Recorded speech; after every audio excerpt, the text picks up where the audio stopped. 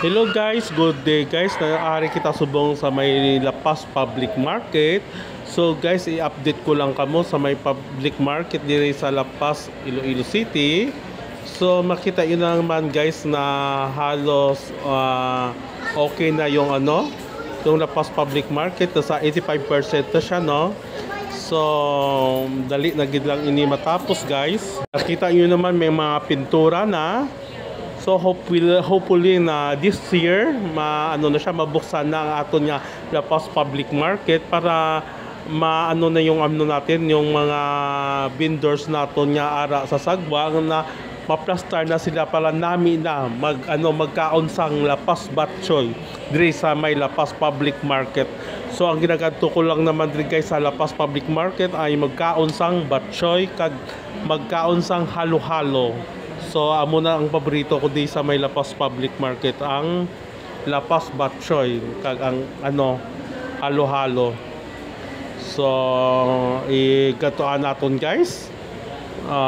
Lapitan naton anay sang kadali para makita nyo siya sang malapitan ang aton nga Lapas Public Market na renovation. So ayan guys, Lapas Public Market, home of Lapas Batchoy. Ayan, kita nyo naman guys, na dali na gid lang siya guys, no? Dali na gid lang matapos ng aton na Lapas Public Market. So nasa 85% na siya.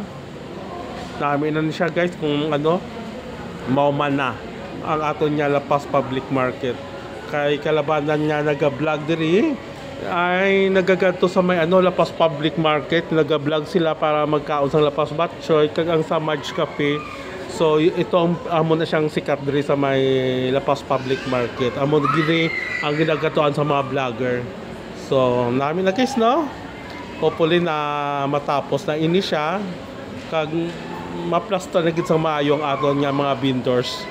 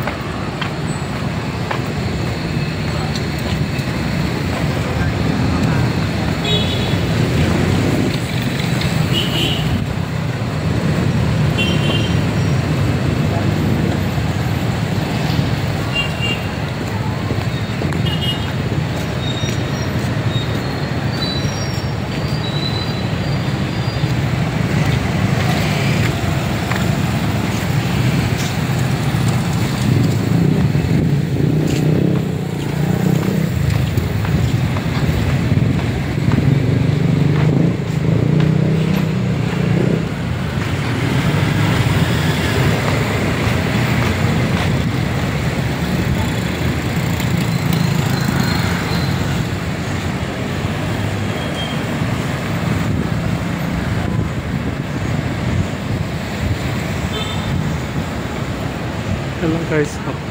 Okay guys, thank you so much for watching my vlog. Please don't forget to subscribe my channel, like this, and I'll see you in my next vlog. Bye.